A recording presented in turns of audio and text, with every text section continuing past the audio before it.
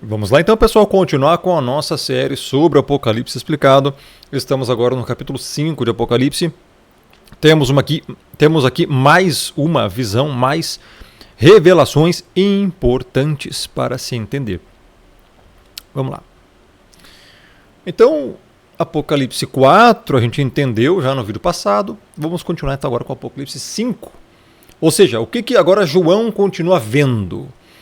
João diz: vi na mão direita daquele que estava sentado no trono. Veja, no capítulo 4 nós vimos aquele que estava sentado no trono, verso 2 e verso 3. João viu alguém assentado.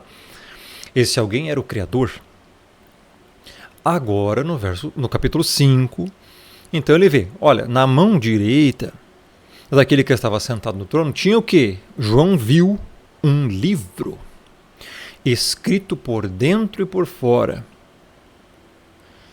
Quando você vê o que significa escrito por dentro e por fora, esse livro, o que ele é? Ele é um livro que narra acontecimentos proféticos para o tempo do fim. E escrito por dentro e por fora significa que não há mais nada do que se possa escrever e mais nada do que se possa acontecer além do que está escrito nesse livro. Por isso que essa expressão por dentro e por fora é uma coisa que é um livro como se a história total já estivesse sido escrita e não tem como mudar, não tem como acrescentar, não tem como diminuir. Está completo, por dentro e por fora. Esse livro narra, é o livro com 7 selos, aqui vai dizer aqui, ó, de todo selado com 7 selos, estava fechado. Selo era uma coisa que era feita em algum rolo na antiguidade para se formalizar e fechar aquele rolo com selo, era alguma substância que colava e fechava. Se o selo estivesse rompido, então a mensagem que estava ali escrita era então revelada, podia ser lido. Enquanto o selo estivesse fechado, não rompido, a mensagem continuava intacta, sem ninguém saber. Então esse livro, escrito por dentro e por fora, estava na mão do Criador, tinha 7 selos. 7 é um número que você vai ver muito aqui no livro do Apocalipse. O 7 é um número que simboliza completude, totalidade, né? Também perfeição, vamos dizer assim também. No verso 2 diz assim, ó, vi também um anjo forte que proclamava em grande voz: quem é digno de abrir o livro e de lhe desatar os selos? Alguém no céu perguntou, um anjo forte perguntou, quem que é digno de abrir esse livro e desatar os selos? Verso 3. Ora, nem no céu, e nem sobre a terra, e nem debaixo da terra, ninguém podia abrir o livro, nem mesmo olhar para ele. Não havia ninguém digno para abrir o livro. Olha que coisa impressionante, né? Nenhuma criatura, nenhum ser, nenhum anjo, nenhum serafim podia abrir o livro, nem no céu, nem sobre a terra e nem debaixo da terra. Ninguém podia abrir, nem mesmo olhar para ele. Então aqui está falando de todos os seres criados.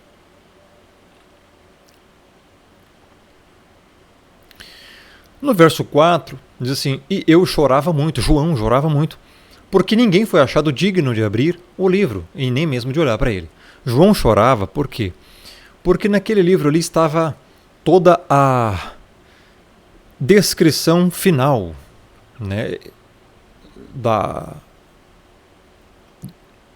do mundo, até para a eternidade, que é o que nós vamos ver depois. A volta do Messias está descrita ali também. Aí o verso 5 diz, todavia, um dos anciãos me disse, Não chores, eis que o leão da tribo de Judá, a raiz de Davi. Olha a comprovação no livro do Apocalipse que o Messias vem da descendência de Davi, de Judá. Venceu para abrir o livro e os seus 7 selos. Veja, somente um é digno de abrir o livro, o Messias, tá? Que você conhece como Jesus Cristo. Ele venceu. Ele morreu, ele pagou pelos pecados da igreja, ele foi glorificado, ele fez a justificação, ele fez simplesmente a maior obra que alguém poderia ter feito na terra. Por isso ele venceu a morte, por isso ele é digno de abrir o livro e romper os seus 7 selos. Veja as referências que nós temos aqui. Em Gênesis 49, verso 9 a 10. Mas desculpa, né? Vai ter os hereges de plantão, os teólogos mequetrefe da Shopee, que vai dizer que Apocalipse bebe de fonte gnóstica. Gênesis 49. Judá é leãozinho, da presa subsiste, filho meu. Encurva-se e deita-se como leão e como leoa. Quem o despertará? O cetro não se arredará de Judá, nem o bastão de entre os seus pés, até que venha Siló, e a ele obedecerão os povos. Profecias messiânicas, Isaías 11:10. Naquele dia recorrerão as nações à raiz de Jessé, que está posta por estandarte dos povos. A glória lhe será a morada. Então tem muitas bases aqui sobre isso. Também sobre a descendência de Davi, que o Messias veio e tal. Aí você encontra, então, mais descrições antes de eu abrir a imagem. Então vi no meio do trono e dos 4 seres viventes, e entre os anciãos, de pé, um cordeiro maiúsculo aqui, como tendo sido morto. Quem que foi morto, pessoal? O Messias, né? Ele tinha 7 chifres, bem como 7 olhos, que são os 7 Espíritos de Deus, enviados por toda a terra. Veja, essa questão do número 7, você vai ver que muito em simbologia aqui. Não é literal que o cordeiro, que o Messias tem 7 chifres, tá, pessoal? Aqui já entra a simbologia do Apocalipse também. Chifre significa poderio, autoridade, força. 7 é a completude, ou seja, o Messias agora tem a completude da força e da autoridade. Tá? Bem como os 7 olhos, que são os 7 Espíritos de Deus. Aqui está falando que os 7 olhos é uma alusão à completude do Espírito do Pai também, enviado por toda a terra, ou seja, a ação do Pai na terra. Palavras em simbologia metafórica aqui no Apocalipse para ilustrar coisas, né? Poderes. Aí você vê aqui, veio, pois, verso 7, o Cordeiro, o Messias, e tomou o livro da mão direita daquele que estava sentado no trono. Aqui que entra a ilustração. É uma ilustração completamente simbólica, né? Não remete totalmente à realidade, é só para você entender um pouco melhor. O que acontece? No céu, então, junto com o Pai estava segurando esse livro. Veja, o Pai segurando o livro significa, e selado com 7 selos, geralmente é o rei, né, que vai e sela a mensagem. Então, dá a entender que toda a revelação do Apocalipse veio do Pai, cumprindo assim também o versículo 1 de Apocalipse 1, revelação de Jesus Cristo, a qual Deus lhe deu. Então, agora chegamos no livro, selado com 7 selos, escrito por dentro e por fora. Ou seja, toda a história final da humanidade está descrita aqui. E aí você encontra isso na mão direita do Criador. Da onde que veio, então, a revelação do Apocalipse? Veio de fontes gnósticas, herege? O Apocalipse bebe de fontes gnósticas? É um livro amaldiçoado. Segundo a seita do dragão, é a agenda da elite. Cara, filhos do diabo. A revelação do Apocalipse foi dada pelo próprio Pai. Ele está segurando o livro na mão direita, o Messias vai lá, o Cordeiro, vai lá e toma o livro, pega o livro da mão direita do Pai, no trono. O Messias que está à destra vai, chega e pega o livro. o único digno de abrir, de romper. Olha como é claro isso. E foi isso que aconteceu. Então veio, tomou o livro da mão direita daquele que estava sentado no trono. Para agora começar a romper os selos. E então os acontecimentos para a terra começaram a acontecer. Veja. Verso 8. E quando tomou o livro, os 4 seres viventes e os 24 anciãos prostraram-se diante do Cordeiro, tendo cada um deles uma harpa e taças de ouro cheias de incenso, que são as orações do santo. Olha que interessante, né? A alusão à oração com incenso. As taças de ouro cheias de incenso são as orações dos santos. Olha que coisa difícil de se entender numa realidade lógica, né? Nós estamos aqui na Terra. Lá no céu tem taça de ouro que esses 24 anciãos estão segurando, e elas têm incenso, e esse incenso são as orações dos santos. Então, basicamente, é o quê? É uma alusão que o incenso, quando você queima, ele libera um cheiro, né, para cima. A oração que está aqui na Terra também, ela vai de baixo para cima até o Criador, para ser ouvida. É uma alusão. Então aqui os 24 anciãos, do grego presbiteros, eles reconheceram, se prostraram diante do Cordeiro. Verso 9. E entoaram um novo cântico, dizendo: digno és de tomar o livro e de abrir-lhe os selos, porque foste morto e com o teu sangue compraste para o Pai, para Deus, os que procedem de toda a tribo, língua, povo e nação. Veja aqui a doutrina central do Evangelho. Essa é a doutrina central do Evangelho, a propiciação, a justificação pelo derramamento do sangue do Cordeiro. O Messias compra para o Pai pessoas eleitas desde a fundação do mundo. Ele paga o pecado delas, paga pelo pecado delas. O escrito de dívida foi crucificado no madeiro. Essas pessoas procedem de toda a tribo, língua, povo e nação. Não é todo habitante da terra, e sim de toda a tribo, de toda a língua, de todo o povo e nação. Não todos do povo, e sim de todo o povo, de toda a nação. Todas as nações têm eleitos.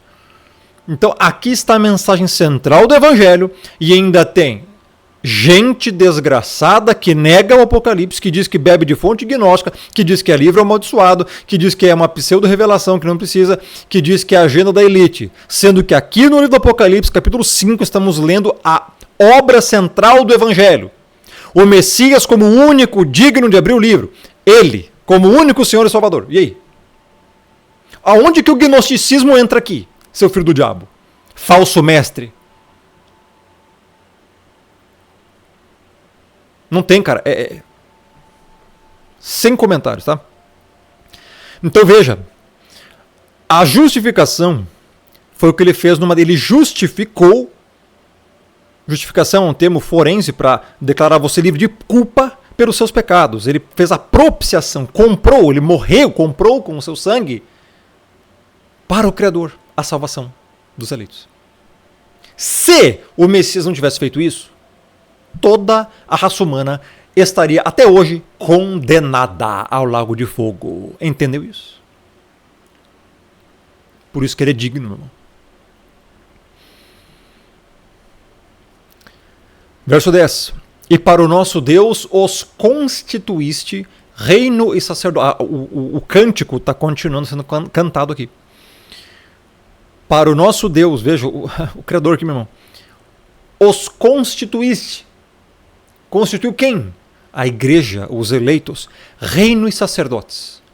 E reinarão futuro sobre a terra. Reino e sacerdotes, por quê? Meu irmão, o que você acha que a igreja vai fazer depois da glória? Depois da volta do Messias? Vai servir o Messias. E o Criador. Reino e sacerdotes. Serviçais celestes. e reinarão sobre a terra. Na nova terra que vai ser criada, tá? A igreja glorificada vai estar com o Messias reinando.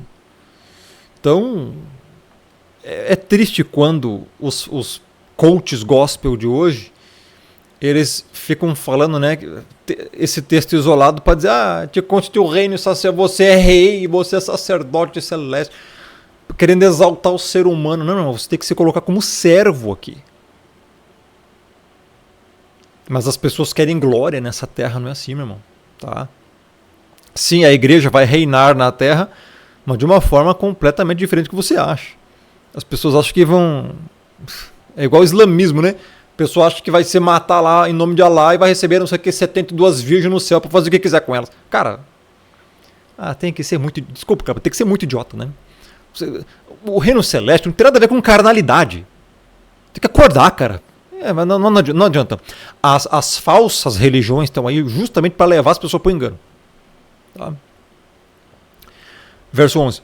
Vi e ouvi uma voz de muitos anjos ao redor do trono e dos seres viventes e dos anciãos, cujo número era de milhões e milhares de milhares. Você imagina o número de anjos que existe no céu? É muita coisa. É muita coisa, muito. Tá? E eles estavam proclamando em grande voz: também digno é o Cordeiro que foi morto de receber o poder e riqueza e sabedoria e força e honra e glória e louvor. Olha só que coisa interessante. O Messias, ele é digno de receber todas as coisas, né? E aí aqui fala, o Cordeiro foi morto. Eu já expliquei muito sobre essa doutrina da propiciação, da justificação, da expiação, que é a mensagem central do Evangelho. Já está aqui no canal, na playlist Doutrina Salvífica. Se você não viu, assista. Tá aí. Muito importante que você entenda o que de fato o Messias fez naquele cordeiro, tá? O Messias fez naquele madeiro. E para você entender de fato qual é a essência do Evangelho, porque essa é a essência do Evangelho, meu irmão. A expiação. Se você não entende o que é expiação, você não entendeu o Evangelho. Você não conhece o Evangelho. Se você não conhece o que é propiciação, desculpa, você não sabe o que é o Evangelho. O pseudo-evangelho que você conheceu aí não tem nada a ver com o Evangelho verdadeiro. Tá? Se você ainda não sabe o que é expiação e propiciação em seu significado real. Ele foi morto. Por que ele foi morto? Assista a playlist para você ver. De receber o poder agora. Ele é digno de receber o poder. Então, espera um pouquinho. Agora vai para aqueles lá que dizem que o Messias tem os mesmos atributos do Pai. É? Então por que ele tem que receber o poder? Ele já não é o Todo-Poderoso? Porque pelo que eu vejo na Bíblia inteira, o único chamado de Todo-Poderoso é o Pai. Agora o Messias é digno do quê?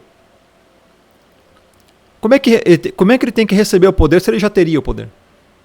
Ele não tem os mesmos atributos do Pai, porque o Pai tem todo o poder, é todo poderoso. E o Messias? Mesmos atributos? Por que ele tem que receber o poder aqui? E riqueza? Espera um pouquinho. Mas o Criador já não é o dono do ouro e da prata? Por que o Messias agora é digno de receber riqueza? Ele já não tinha tudo isso? E sabedoria, e força, e honra, e glória, e louvor. Você está entendendo? Isso aqui só corrobora com o que eu estou falando desde o início. Vamos voltar lá para Apocalipse 1:1. Revelação de Jesus Cristo que Deus lhe deu. Já expliquei isso no primeiro vídeo e no segundo vídeo da playlist. Quem não viu, assista. O link para a playlist completa vai estar no primeiro comentário fixado no topo. Vá depois, deixa eu terminar de fazer o vídeo aqui. Assista tudo ele. Meu irmão, o Messias recebeu a revelação do Apocalipse. Assim como nós lemos aqui em Apocalipse 5 agora há pouco, que o Messias teve que pegar da mão direita do Criador o livro selado com 7 selos. Ô, Braguinho, o Messias não é onisciente? O Messias não é onipotente? Por que ele teve que pegar o livro para saber? Meu irmão, essa revelação do Apocalipse é dada pelo Pai. Quem escreveu esse livro? Olha só. Meu irmão, agora a gente vai falar de coisas profundas aqui. Preste atenção. Aqui, meu irmão, a verdade simplesmente destrói todo e qualquer pseudo-teólogozinho mequetrefe da Shopee e pseudo-exegeta. Escuta isso aqui. Tinha um livro na mão do Criador. Sim. Nos versículos anteriores, o que nós lemos? O que a gente leu antes? Um livro na mão do Criador, está aqui, escrito por dentro e por fora. Ok, a pergunta é, quem escreveu esse livro? E aí, exegeta? E aí, você que tem pós em exegese? E aí, você que se diz teólogo todo dia, eu sou teólogo. Você, qualquer um, eu quero que alguém me diga, responda aqui, quem está lançando o desafio? Quem escreveu esse livro? Porque aqui está o livro escrito por dentro e por fora. Quem escreveu? Não foi o Messias. Porque o Messias teve que pegar esse livro aqui para romper os selos.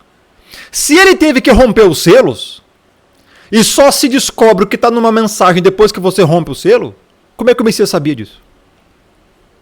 Então quem é que escreveu esse livro escrito por dentro e por fora? Alguém escreveu. Aí você encontra aqui quem é capaz de abrir o livro e desatar os selos. Meu irmão, enquanto não se desata os selos, você não sabe o que está escrito dentro do livro. Nem no céu, nem sobre a terra, nem debaixo da terra, ninguém podia abrir o livro. E nem mesmo olhar para ele. E estava na mão do Criador. Quem escreveu esse livro, então? Senão o próprio Criador. É o único com os atributos necessários para poder encaixar aqui. O único. Se o livro está na mão dele, selado, de onde é que veio esse livro? Do próprio Criador. E o que tem no livro? A revelação, depois do rompimento do primeiro selo, segundo selo, quarto selo, todos os selos vai contar a história final da humanidade. Então quem é que escreveu? O Criador. Logo, a história já está escrita, amigo. Então assim, meu... chega a ser redundante eu explicar isso aqui, né? Então, o Cordeiro era o único digno de abrir. Por quê? Meu irmão, ele é o Filho. Ele foi o único que morreu pelos pecados, aquele que pagou. Aqui está descrito o porquê. Digno és,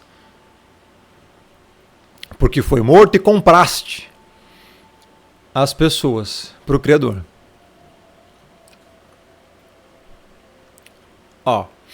Digno és de tomar o livro e de abrir os selos. Por quê? Qual a razão, a causa? Porque foi morto. E com o sangue comprou. Doutrina da expiação. Ele comprou quem? Ele comprou. Veja o que a Bíblia diz. Essa aqui vai para todos os arminianos heregezinhos aí. Entenda, pessoal. Aqui está dizendo que o Messias morreu e possibilitou a salvação para todos? Não.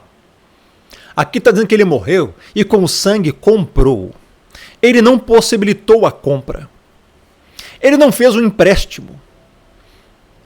Ele não derramou o sangue por todos. Ele comprou, amigo, comprou. Lá nas passagens do Evangelho vai falar a palavra tetelestai em grego. Tetelestai. É a compra efetiva. Está consumado. Não está quase consumado. Não está possibilitado. Ele não possibilitou. Ele comprou, ele pagou. Logo, isso aqui, meu irmão, o sangue dele, o que você tem que entender da doutrina da expiação, é que o sangue dele não possibilita a salvação. Efetivamente paga a salvação. Esse é o significado, inclusive, de propiciação. Propiciação significa aplacar a ira do Criador. É isso que significa propiciação, e é isso que ele fez no madeiro. Propiciação e expiação são sinônimos. Se ele aplacou a ira do Criador de toda a humanidade, então ninguém vai para o lago de fogo. O que é uma heresia. Isso contraria toda a Bíblia, inclusive João 3,36, que fala que aquele que permanece rebelde contra o Filho, sobre ele permanece a ira do Criador. Ora, se a ira permanece contra o que se mantém rebelde, como é que o Messias pagou pelo pecado de todo mundo? Fez a propiciação por todos sem exceção. Logo, não fez a propiciação por todos sem exceção. Ele literalmente comprou a igreja, que são os eleitos. Igreja, eclesia, eclectos, mesma coisa.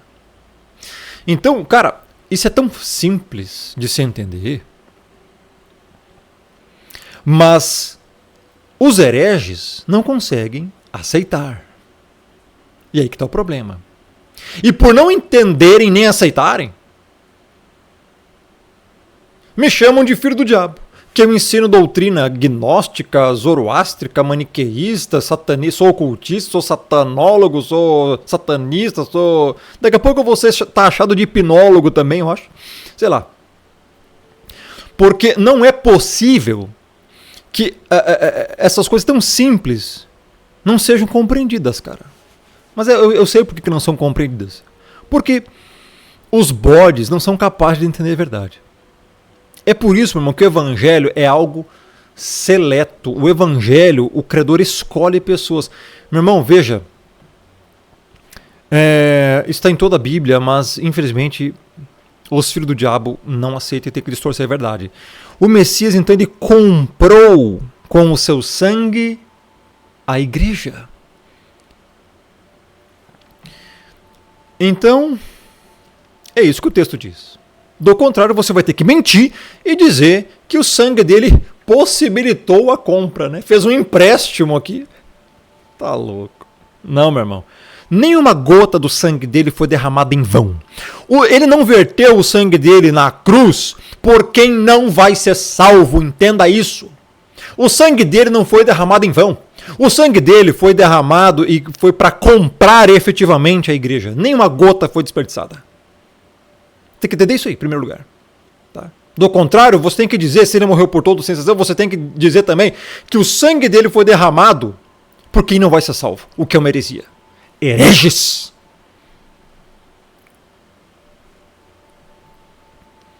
De onde é que já se viu? Isso nem tem lógica no evangelho, cara. Nem existe isso aí.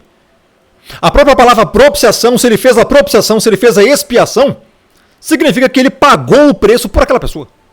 Como é que ele pagou o preço dos pecados? Como é que ele pagou pelos pecados daquela pessoa se aquela pessoa vai para o lago de fogo pagar os pecados?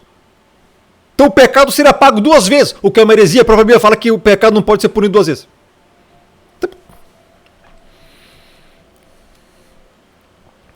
Verso 10 já lemos, verso 11 já lemos, verso 12. Vai falar aqui, ó.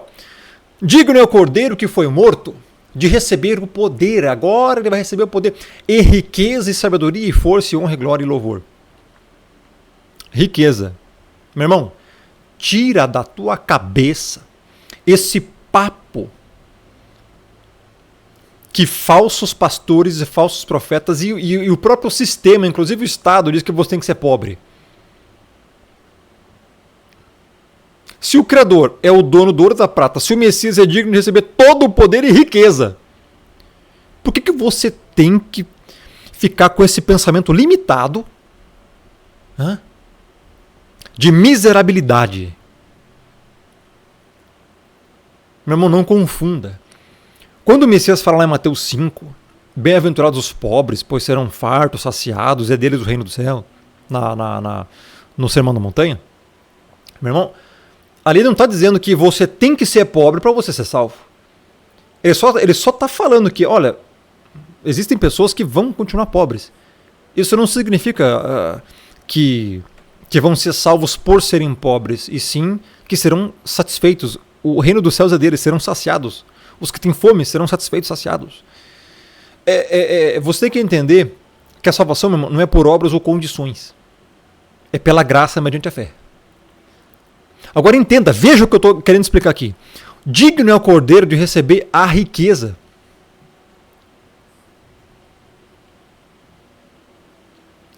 Eu fico impressionado quando pessoas hoje têm raiva gratuita de quem é rico. Porque ser rico não é pecado, amigo. Davi era o mais rico da época dele. Salomão, mais rico da época dele. Jó, mais rico da época dele. E todos foram salvos no final. Jó, inclusive, era o homem mais justo da terra. Mais justo. Ao ponto do Criador falar: viste meu servo Jó? Na terra não há ninguém mais justo que ele. O Criador falou isso. E era o mais rico da terra, do Oriente. Cuidado, cara, com esse pensamento de que você tem que ser um miserável. Cuidado. Tá? É isso exatamente o que o sistema quer. Verso 13. Então ouvi que toda criatura que há no céu e sobre a terra, debaixo da terra e sobre o mar e tudo o que neles há, estava dizendo: aquele que está sentado no trono e ao Cordeiro seja o louvor, a honra e a glória e o domínio pelos séculos dos séculos. Então, nesse momento aqui, né, ele ouviu toda criatura que há no céu e sobre a terra. Então ele estava tendo uma visão aqui. E olha só, e debaixo da terra, e sobre o mar, e tudo o que neles há, estava dizendo: aquele que está sentado no trono e é o Cordeiro, seja o louvor e a honra e a glória do universo. Tem até uma música, né, com esse versículo aqui, que fizeram recentemente. Recentemente não, faz uns anos já. Interessante aqui que João está tendo uma visão e ele ouve que toda a criatura, em todo lugar da existência, estava louvando o Criador e o Cordeiro, cara. Uma coisa bem interessante. 14. E os 4 seres viventes respondiam: amém. Também os anciãos prostraram-se e adoraram. Então, por quê? Por causa que ele chegou lá e tomou o livro para abrir o livro. E é o que nós vamos ver então no capítulo 6, meu irmão. A ruptura desses selos. E aqui sim, aqui em Apocalipse 6 começam então as revelações proféticas para os nossos dias, para os últimos tempos. Aqui. Apocalipse 6 começa a ruptura dos selos. Ele rompe um por um, então cada rompimento de selo acontece um evento. Acontece um evento bem complicado para a Terra. Então, encerrando aqui o capítulo 5, você entendeu que o Messias foi o único digno de pegar esse livro da mão do Criador, que foi o Criador que escreveu a história da humanidade. E ele então vai romper um por um.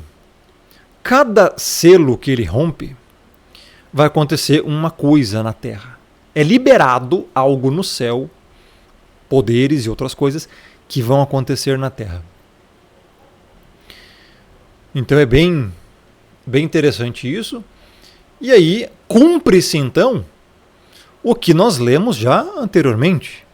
No capítulo 4, ó, depois destas coisas, olhei uma porta aberta no céu, o Messias falou: sobe para cá e te mostrarei o que deve acontecer depois destas coisas. O que deve acontecer depois do tempo da igreja da época de João? Apocalipse 6. A ruptura dos selos que vai acarretar então em eventos sobre a terra. Porque esses eventos aqui acontecem tudo na terra, meu irmão. E quando que acontece? Segundo a própria revelação de Apocalipse 6, nos tempos finais.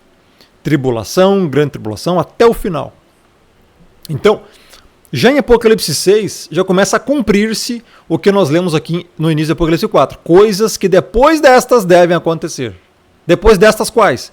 Aqui de Apocalipse 3, que nós lemos antes. A revelação para as igrejas da Ásia, lá, 7 igrejas. Então, quando você vê analfabetos funcionais metidinhos a teólogos da Shopee dizer que aqui ó, deu para mostrar aos seus servos as coisas que em breve devem acontecer, ó, do grego tachri, querem dizer que essa palavra aqui, tach, é em breve, ou seja, é rápido, é próximo. Ó. Então o Apocalipse era só para acontecer naquela época de João. Essa é o herege. Pera um pouquinho então, cara. E quando você encontra aqui em Apocalipse 4, depois dessas coisas devem acontecer, aí você ignora, né? E quando chega em Apocalipse 6, coisas que não aconteceram ainda. Estrelas que vão cair do céu. Um quarto da humanidade vai ser morta pela guerra, fome e doença. Cadê que isso aconteceu?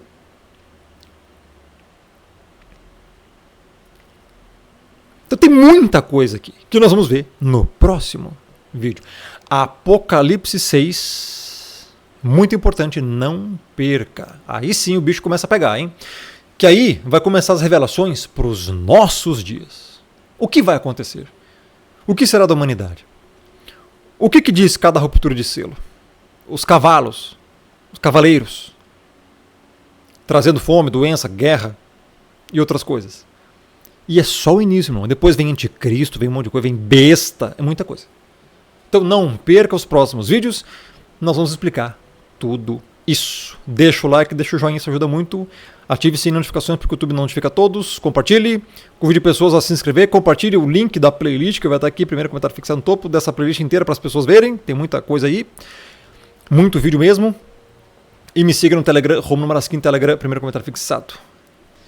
É isso, abraço, até a próxima. Que Deus abençoe.